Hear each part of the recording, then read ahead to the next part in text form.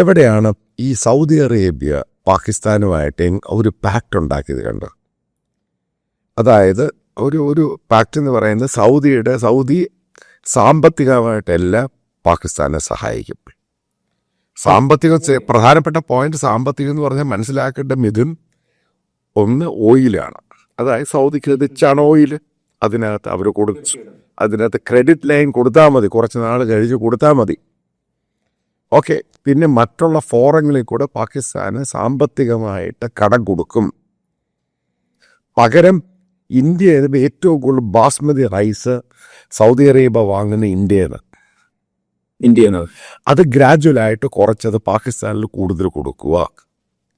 രണ്ടാമത്, ഏറ്റവും കൂടുതൽ സൗദി അറേബ്യ ജോലി ചെയ്യുന്ന ബംഗ്ലാദേശികൾ, രണ്ടാമത് ഇന്ത്യക്കാർ, അതിനെ കുറച്ചിട്ട് കൂടുതൽ പാകിസ്ഥാനുകാരെ കൊണ്ടുവരിക. നോക്കുക, ഇതെല്ലാം ഓപ്പറേഷൻ സിന്ധൂറിന് ശേഷം ഉണ്ടായേക്കുന്നത്. സൗദി അനുസരിച്ച് ഒരു തീരുമാനം എടുക്കുകയാണെങ്കിൽ മറ്റുള്ള അറബ് രാജ്യങ്ങളും അത് ഫോളോ ചെയ്യും. GCC രാജ്യങ്ങൾ കാരണം പവർഫുൾ നേഷനാണ്.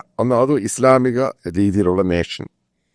ഇതെല്ലാം ഉണ്ടാകാൻ കാരണം ഇതാ. അപ്പം ഇതെല്ലാം ട്രംപിൻ്റെ സ്വാധീനമാണ്. ഇതൊക്കെ സൗദി ഇങ്ങനെ പാകിസ്ഥാനുമായിട്ട് സൗദിയും തമ്മിൽ ഒരു പാക്ട് ഉണ്ടാക്കിയപ്പം മനസ്സിലാക്കേണ്ട പ്രധാനപ്പെട്ട പോയിന്റ്, ട്രംപ് അറിയാതെ നടക്കത്തില്ല,